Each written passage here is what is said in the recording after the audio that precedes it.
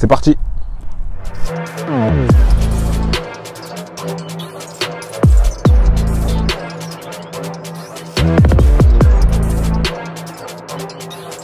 Bah écoute, mes débuts, c'est mes meilleures années, hein. C'est les débuts dans le foot, tu joues avec tes potes de quartier et c'est la découverte du football, c'est le football sans pression, donc c'était magnifique.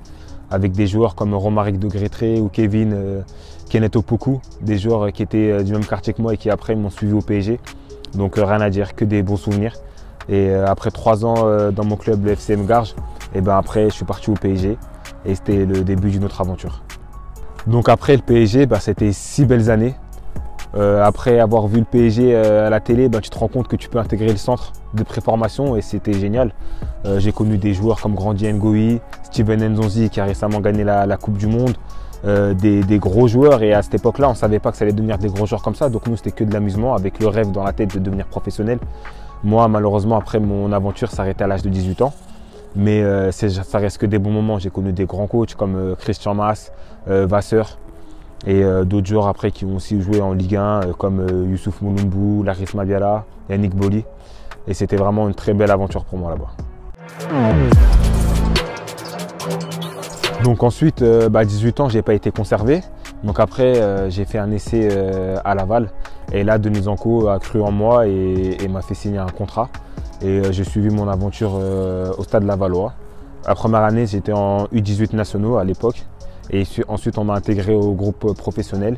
Et là, j'ai pas eu ma chance de pouvoir m'épanouir, de pouvoir me montrer au haut niveau. Donc mon aventure là-bas n'a duré que 3 ans, mais ça reste quand même 3 belles années.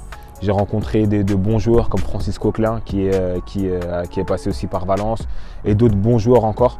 Et comme Michel Rodriguez qui à l'époque jouait à mon poste, qui m'a appris quelques astuces, quelques astuces pour vraiment performer à mon poste de défenseur central. Et puis après mon aventure s'est continuée du côté de Saint-Dié dans l'est de la France. Alors là, c'est vrai que pour beaucoup, j'étais perdu parce que c'est vrai que Saint-Dié-des-Vosges, c'est pas connu. Mais bizarrement, c'est là que j'ai pris conscience que je pouvais réussir dans le football. Alors qu'à ce moment-là, personne ne croyait en moi.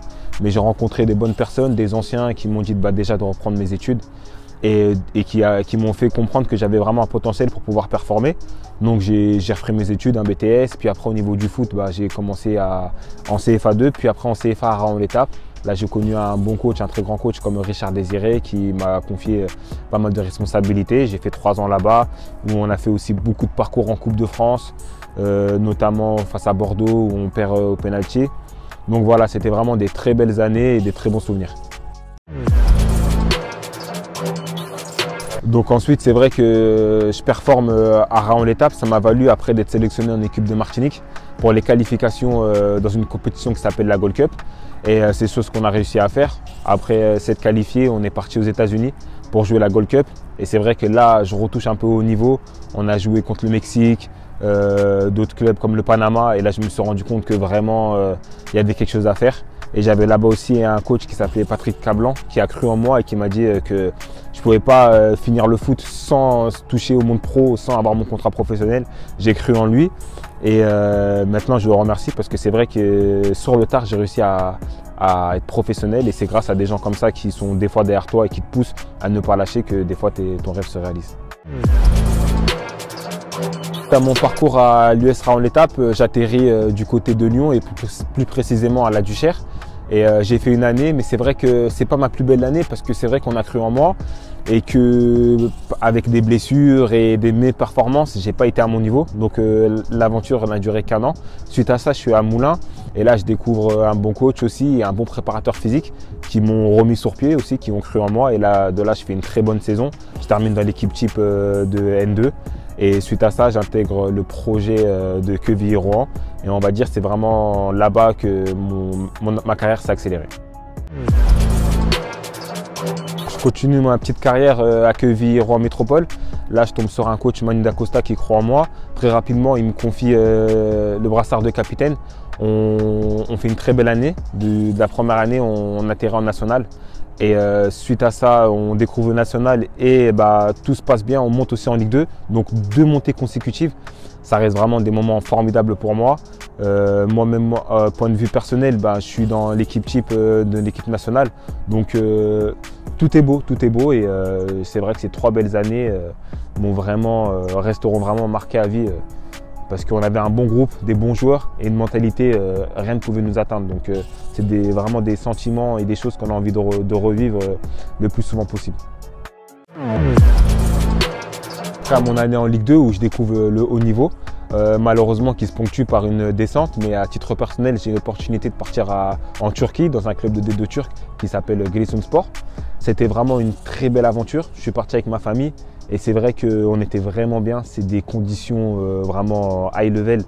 Ils vivent pour le foot, des supporters, vraiment une ferveur incroyable, des installations incroyables. Et malheureusement, moi, j'ai pu faire que 10 matchs. Et suite à ça, avec la direction, on ne s'est pas entendu et du coup, j'ai dû revenir en France. Et c'est un vrai regret pour moi parce que j'aurais aimé rester à l'étranger. Mais j'ai eu la chance d'avoir Fleury qui a tout de suite vu que ça ne se passait pas si bien que ça pour moi là-bas et qui m'ont tendu la main et qui m'ont fait un contrat pour que je revienne ici. Et c'est avec un grand bonheur que je suis maintenant ici et que je reviens dans l'Île-de-France et qu'on est là à relever le défi qu'on nous a proposé, c'est-à-dire monter incessamment sous peu en national.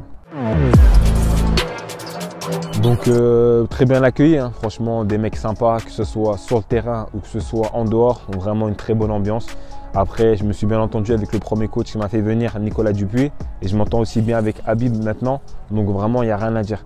Donc je peux montrer mon football, tout le monde a confiance en moi, j'ai confiance en l'équipe, tout se passe bien, tout est ouvert pour que je puisse bien me sentir et donner le meilleur de moi-même. On sait que la situation n'est pas facile pour tout le monde. Après, c'est vrai que nous, on aurait aimé continuer à jouer, mais là, on a la chance de reprendre le foot il y a à peine quelques jours. Donc, on s'entraîne. Avant ça, c'était de l'entretien individuel.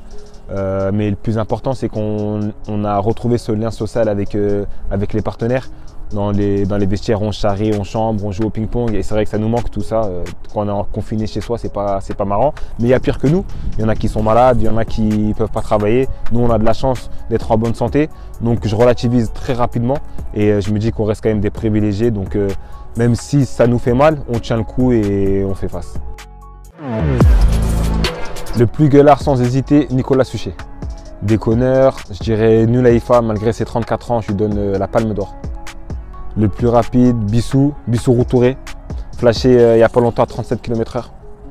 Le moins rapide, je dirais Sanji, mais comme il est intelligent, ça se voit pas trop. Le plus tacleur, je peux être dans les 3 premiers, mais je vais donner la palme à Sorine. Le plus technique, il y a William Vuama et je dirais Zot. Zot, c'est pas mal dans les petits espaces, ça donne, faut voir. Ma musique du moment, c'est Tout en Gucci de Nino. En face ils sont jaloux, jaloux de qui, jaloux de nous, qui je dois, on commence pas. Devant le miroir je me trouve BG, un peu gêné. Mon interview est maintenant terminée. Prenez soin de vous, à très bientôt. On commence pas.